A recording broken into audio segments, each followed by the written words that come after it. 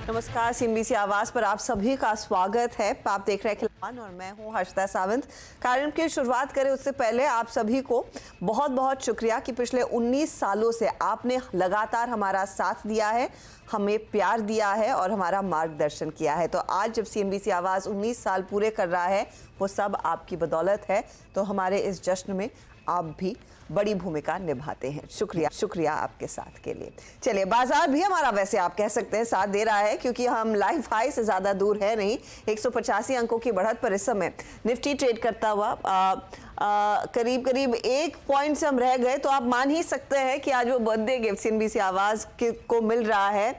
इस नई ऊंचाई पर पहुंचने के बाद 21,835 के लेवल्स इस समय ऑल टाइम हाईस पर बाजार ट्रेड करता हुआ जोश जुनून भारतीय बाजारों में फिर जोर दिखा रहा है।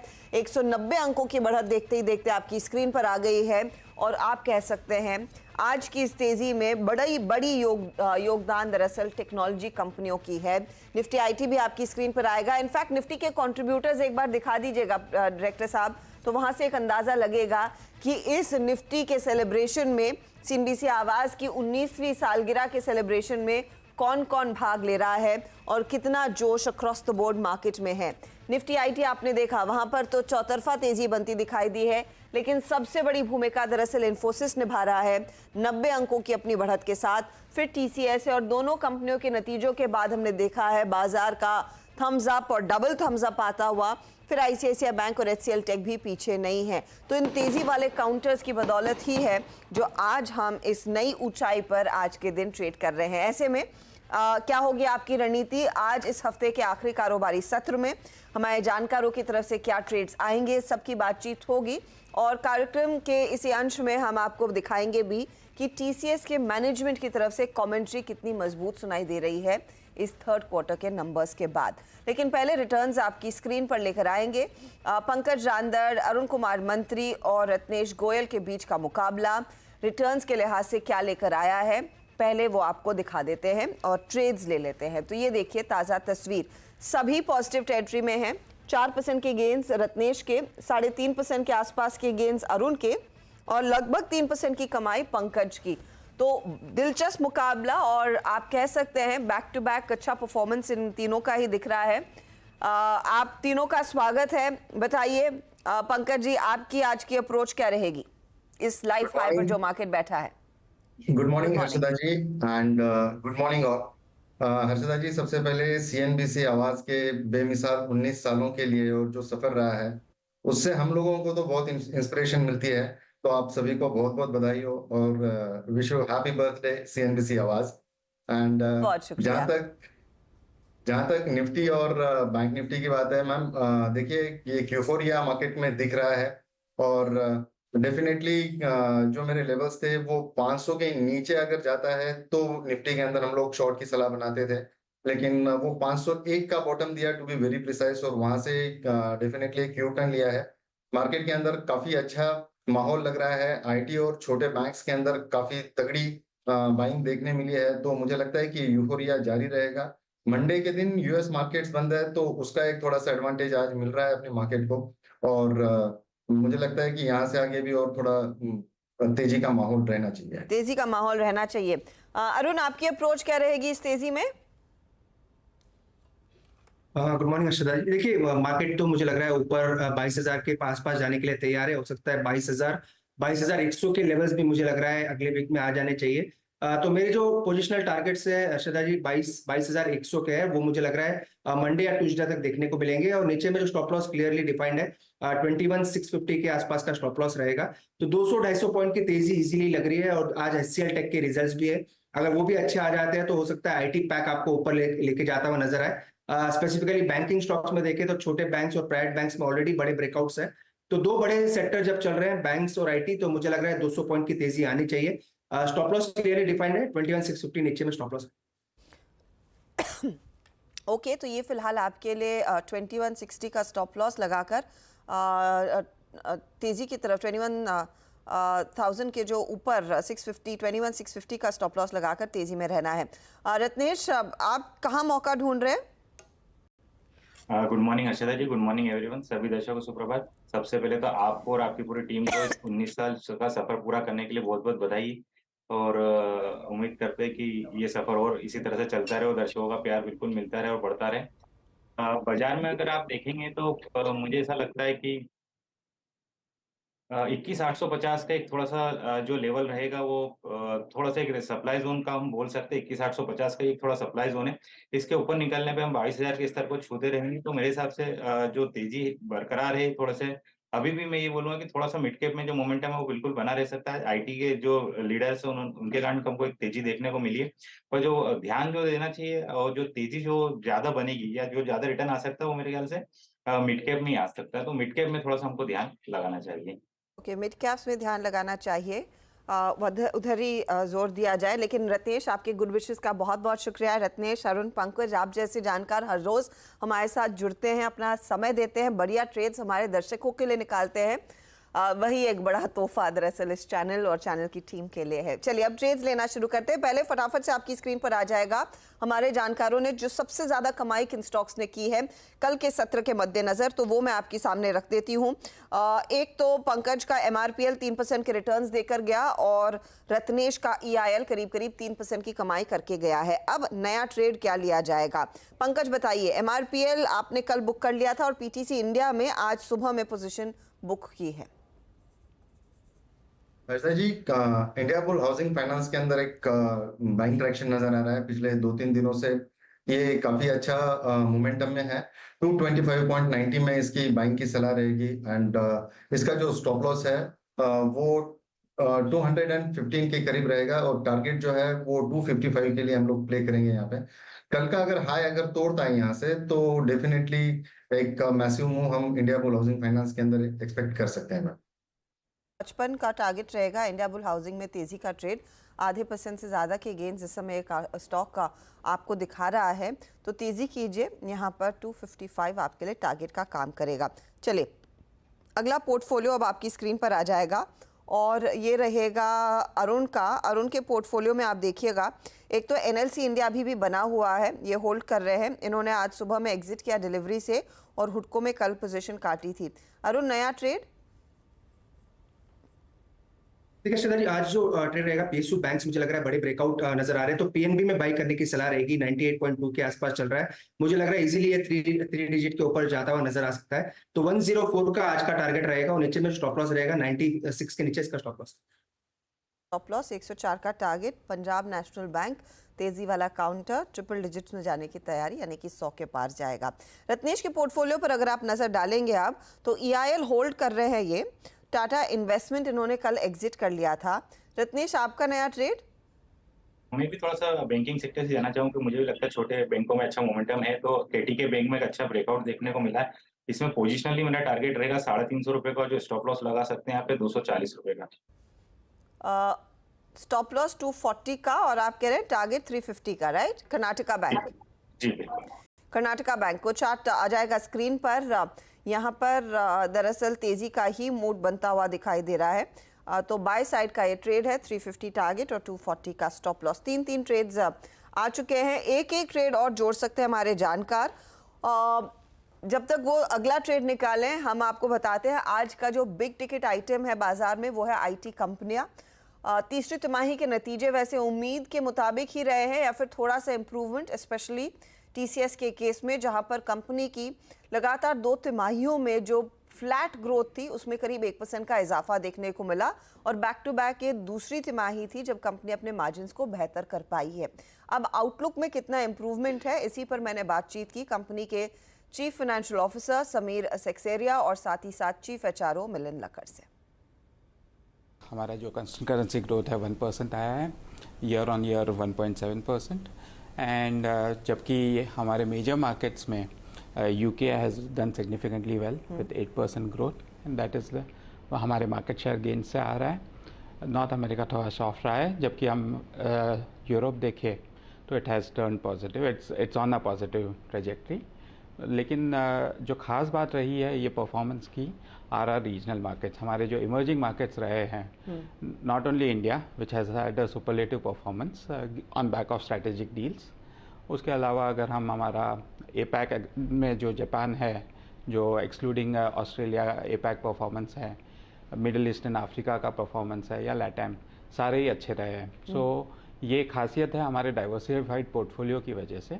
एंड अगर हम पाइपलाइन भी देखें, पाइपलाइन स्टेबल एंड कंसिस्टेंट है। Deal wins at 8.1 billion is good, क्योंकि ये डील विन में कोई भी मेगा डील नहीं है अनलाइक लास्ट क्वार्टर्स। एंड हमारे रेवेन्यू कन्वर्जन फ्रॉम नए deals consistently in its normal course हो रहे हैं। तो इस क्वार्टर में साफ है कि आपके न्यू मार्केट्स में पिकअप देखने को मिला है, बीएसएनएल डील का फायदा मिला है, लेकिन कोर मार्केट्स जो आपके रहे हैं स्पेशली नॉर्थ अमेरिका, वहां पर मैक्रो एनवायरनमेंट में क्या कुछ बदलाव के संकेत है? क्योंकि फेडरल रिजर्व जब कहता है कि 2024 में वो रेट कट करेंगे, कमेंट्री कुछ कुछ कंपनियों की सुधरने लगी है, क्या वो आपकी कॉन्वर्सेशंस में भी रिफ्लेक्ट करने लगा है? अगर देखें तो एक्सपेक्टेशंस मार्केट सेंटिमेंट्स और स्टॉक मार्केट सेंटिमेंट से देखें तो एक्सपेक्टेशंस काफ़ी है विद द रेट कट्स, लेकिन ये बदलाव आने में टाइम लगेगा एंड वो इमीडिएटली नहीं दिखता है। सो हमको वेट एंड वॉच करना पड़ेगा। तो रफली कितना समय आपको लग रहा है उस सेंटिमेंट में और एक्चुअल नंबर्स में आने में? 2 तिमाहियां लगेंगी या फिर उससे ज्यादा लग सकता है? वील हैव टू सी, अभी नहीं बोल सकते बिकॉज 1 महीने पहले की बात है एंड उस पर जिस हिसाब से फिलहाल के सेंटिमेंट्स देखें तो सिमिलर है, कॉशियस अप्रोच अपना रहे हैं एंड हम हमारे कस्टमर्स से क्लोज रह रहे हैं एंड उनके प्रायोरिटीज़ पे काम कर रहे हैं। That is been our focus. We also hope कि what you are saying and alluding to happens. अच्छा, मार्जिन्स में आपने कहा था कि आप ये साल 25% के मार्जिन्स पर एग्जिट करना चाहेंगे, वो 3rd क्वार्टर में अचीव हो चुका है and 2nd quarter back to back margin में इंप्रूवमेंट है, तो एग्जिट के लिए क्या आप वो 26% पर नजर डाल रहे हैं आप? सो हमने बोला था हम हमारे डिसिप्लिन एग्जीक्यूशन पे कंटिन्यूस रहेंगे। एक्चुअली आपके एक्सपेक्टेशंस थे कि 25 पर एग्जिट होंगे, which we have achieved in Q3 and हमारा फोकस अभी ये है कि जो मोमेंटम मिला है उस पर कंटिन्यू करेंगे। सो अगर आप देखें तो 70 बेसिस पॉइंट्स ये तिमाही में जो आए हैं is on back of 110 basis points जो हमको Q2 में भी मिले थे। जी। सो बिजनेस टीम्स ने अच्छा स्ट्रेटेजिक प्रोग्रेस किया हुआ है एंड हम एक्सपेक्ट करते हैं कि ये मोमेंटम कंटिन्यू हो। इसमें प्राइसिंग का कितना योगदान होगा? कितनी प्राइसिंग आप स्ट्रेंथन कर पाए या फिर मजबूत रख पाए हैं? सो अगर हम देखें तो प्राइसिंग पर से इज स्टेबल। हमने रियलाइजेशन इम्प्रूवमेंट किया है through productivity, through use of tool sets etcetera and अगर हम हमारा रियलाइजेशन देखें लास्ट 4-5 क्वार्टर से इम्प्रूव होते आ रहा है। अट्रिशन 13% पर आ गया है, क्या संतुष्ट हैं आप या फिर स्कोप है मिलिंद इसको और कुछ कम करने का? सबसे पहले हर्षदा, मैं आपको मुबारकबाद देना चाहता हूँ आपके 19वीं एनिवर्सरी के लिए। बहुत congratulations. With respect to attrition 13.3 comfortable range, बहुत संतोषदायक है, सेटिस्फाइंग बहुत ज़्यादा, क्योंकि ये हमारा क्रिटिकल एस्पेक्ट है बिजनेस का और पीपल आर आवर स्ट्रेंथ।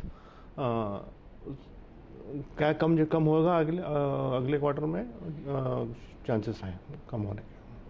और हायरिंग को लेकर आउटलुक क्या रहेगा मिलिंद? क्योंकि जिस तरह का अब एनवायरनमेंट है और जो पिछले कुछ क्वार्टर से हमारी भी बातचीत हुई है कि आप लोगों ने पहले बहुत फ्रंट लोड कर ली थी, तो कुछ आउटलुक दे पाएंगे कि नए वित्त वर्ष में FY25 में क्या कुछ बदलाव करना चाहेंगे? क्या फ्रंट लोडिंग होगी हायरिंग की या फिर आराम से देखेंगे?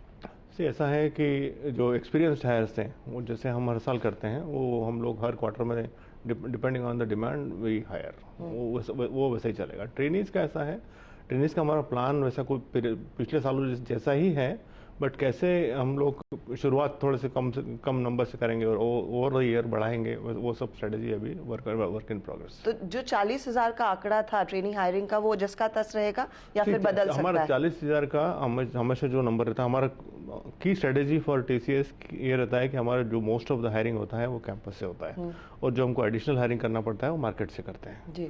तो वो हमारा बेसिक स्ट्रेटेजी वो चेंज नहीं होगा। नंबर्स थोड़े इधर उधर हो सकते हैं लेकिन वो स्ट्रेटेजी चेंज नहीं होगा। एक चीज़ मिलिंद जिसको लेकर आपकी कंपनी की खूब चर्चा भी हो रही थी कि कुछ लोगों ने रेजिस्टेंस दिखाया था कि कंपनी ट्रांसफर्स कर रही है बिना उनसे पूछे हुए। पॉलिसी वाइज क्या स्टांस रहेगा कंपनी का, और ऐसे में वाकई में कुछ हुआ है कि लोगों के बीच, आपके एम्प्लॉयज़ के बीच इसको लेकर ना खुशी है और उसे कैसे एड्रेस कर रहे हैं? से ऐसा है कि मोबिलिटी जो हमारे बिजनेस में बहुत ज़रूरी है, बहुत ज़रूरी है। हम लोगों ने भी, समीर ने या मुझ में हमने वही किया है जी। जहाँ ज़रूरत पड़ी वहाँ गए हैं, और ये एक्सपेक्टेड है हर एम्प्लॉय से एक्सपेक्टेड है। ये हमारे कॉन्ट्रैक्ट में भी है, यू नो। तो इसमें कुछ नई बात नहीं है। थोड़ा सा नाराज़गी कुछ लोगों की होना, which is natural. we'll talk to them, mentor them, and I think we'll sort it out. So it's not a pain point from an HR perspective. ऐसा है कि जो ज़रूरत है वो तो करना ही है, वो तो करेंगे ही, और उसके लिए अलाइनमेंट, अगर कुछ लोगों को अलाइनमेंट करना है तो वो भी करेंगे। जी। अच्छा, एक चीज़ जो समीर मिलिंद ने भी मेंशन की है, डिमांड पे निर्भर होगा हायरिंग। तो डिमांड की सिचुएशन इस समय क्लाइंट्स की तरफ से कैसी दिख रही है? चाहे आप अपने डोमेस्टिक क्लाइंट्स देखिए, जिस तरह का आपके हाथ में BSNL का ऑर्डर लगा था, या फिर विश्व भर में आप लोगों से जो बातचीत करते हैं, नॉर्थ अमेरिका से स्पेशली क्या साइंस मिल रहे हैं आपको डिमांड को लेकर? तो अगर ग्लोबली देखें तो डिमांड और सेंटिमेंट्स काफ़ी पॉजिटिव है, एंड वो TCV में भी अगर हम लास्ट 1 साल की TCVs देखें अच्छे रहे हुए हैं। जो ओवरऑल रेवेन्यू ट्रांसलेशन है उसमें यस कुछ से वर्टिकल्स सॉफ्ट रहे हैं स्पेसिफिकली, एंड वो नॉर्थ अमेरिका पे भी रिफ्लेक्ट कर रहे हैं, whether it was in terms of BFSI। सो जो वर्टिकल्स पे इम्पैक्ट रहा है मेनली 3 है, BFSI, CMI और टेक एंड सर्विसेज, जो टेक कंपनीज वाले हैं। लेकिन उसके सामने अगर देखें तो हमारे मैन्युफैक्चरिंग वर्टिकल्स, उस life sciences, energy resources and overall emerging markets भी, रीजनल मार्केट्स जो है वो काफ़ी अच्छा कर रहे हैं। तो डिमांड इन सेंस बैलेंस्ड है। ऐसा क्यों है कि इस क्वार्टर किसी भी, मतलब हमने इन्फोसिस के नंबर्स देखे और आपके, मेगा डील्स इतनी रिपोर्ट नहीं हो रही हैं? क्या वो primarily is a reflection of the sentiment, या फिर यहाँ पर क्लाइंट्स की तरफ से अप्रोच ही अलग बदल रही है कि छोटी डील्स के साथ ही अब deal wait and watch and see how the market payers for them? Mega deals generally time लगती है कंस्ट्रू होने को एंड विन होने को। अगर हम देखें हमारे प्रीवियस क्वार्टर्स में मेगा डील्स रही है, हर क्वार्टर में मेगा डील्स आना जरूरी नहीं है, it doesn't stack up that way. We have had our good share of mega deal wins. Okay, and they perhaps will follow. ये शायद सीजनैलिटी का इम्पैक्ट। पाइपलाइन तो अच्छी है। एक चीज़ जो आप लोग मेंशन भी कर रहे थे कि जनरेटिव AI को लेकर क्यूरियोसिटी क्लाइंट्स में बढ़ रही है और शायद वहाँ से वो ऑर्डर्स भी रैंप अप होंगे, उसको लेकर अब क्या अतिरिक्त ट्रेनिंग पर खर्च आता हुआ दिखाई देगा? ट्रेनिंग का खर्चा हमारा कॉस्ट ऑफ डूइंग बिजनेस है, तो ऐसा कुछ खर्चा भी करते हैं तो हमारा बजटेड हर साल का रहता है। तो ऐसा कुछ खर्चा अगर एडिशनल हुआ तो it's part of our strategy. तो हम लोगों ने जैसा कहा कि 167,000 लोगों को हमने ऑलरेडी बेसिक ट्रेनिंग दिया है, 14,000 लोगों को एक नेक्स्ट लेवल का ट्रेनिंग दिया है। वो सब ट्रेनिंग कंटिन्यू होगा। हम लोग चाहते हैं everybody in TCS knows basics of AI। Rightly so. Sameer, final point आपसे, आप लोगों ने मेंशन ज़रूर किया था कि H2 would likely to be better. क्या फोर्थ क्वार्टर से ज़्यादा कॉन्फिडेंस आप एक्सूट करेंगे या नहीं, specially on the back of a fairly good quarter जो नॉर्मली एक कमज़ोर क्वार्टर रहता है? Actually, through the beginning of the year, we have maintained, we'll wait and watch the way things have been progressing. So I don't think we have called out H2 would be better. We are on a wait and watch mode. Last time हमने बोला था clients are adopting a month-on-month approach. We are monitoring that. And overall वो हिसाब में कोई change नहीं हुआ है. And we continue to closely monitor the progress and work closely with our customers. आप लोग वैसे मेंशन कर नहीं रहे, लेकिन आपकी body language specially in the last 2 quarter से इस क्वार्टर ज़्यादा कॉन्फिडेंट साउंड कर रही है, and I am hoping that stage and only improves. बहुत बहुत शुक्रिया and wish you all the best for the fourth quarter. Thank you, and CNBC आवाज़ को 19 ईयर्स पे बहुत बहुत बधाई हो। बहुत बहुत शुक्रिया।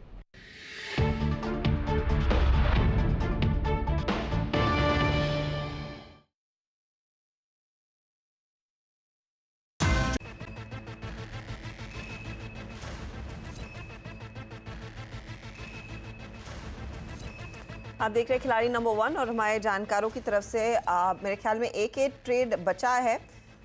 कोई जोड़ रहा है तो बताइए प्रोड्यूसर साहब, उनके पास जाएंगे, वरना रैप ही लेना शुरू करते हैं। अरुण, आप कुछ ऐड कर रहे हैं? जी, एक ट्रेड में ऐड करूंगा। अगेन सेम सेक्टर से ही रहेगा।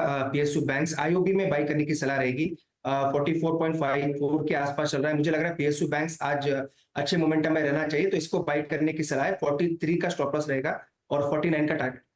49 का टारगेट। पंकज, कुछ जोड़ेंगे इस समय? जी थोड़ा वेट करना चाहूंगा। आईओबी ट्रैकिंग में था, लेकिन मैं वैसे भी थोड़ी देर के बाद में ही देना पसंद करता कोई था। नहीं। रत्नेश, आप भी इंतजार करेंगे? जी, थोड़ा सा इंतजार करके मैं देना चाहूंगा। ठीक है, तो अगले ट्रेड्स बाद में आएंगे। जो ट्रेड्स आए हैं उसके आधार पर देख लेते हैं कि कौन कहां पहुंच रहा है और ओवरऑल पोर्टफोलियो की स्थिति अब क्या बन रही है। तो एक एक करके प्लीज सबके पोर्टफोलियो स्क्रीन पर लेकर आइएगा। पहले किसका पोर्टफोलियो लाएंगे? पंकज जी का। चलिए, इंडिया बुल हाउसिंग 255 का इनका टारगेट है और स्टॉप लॉस इन्होंने रखा करीब 215 के आसपास।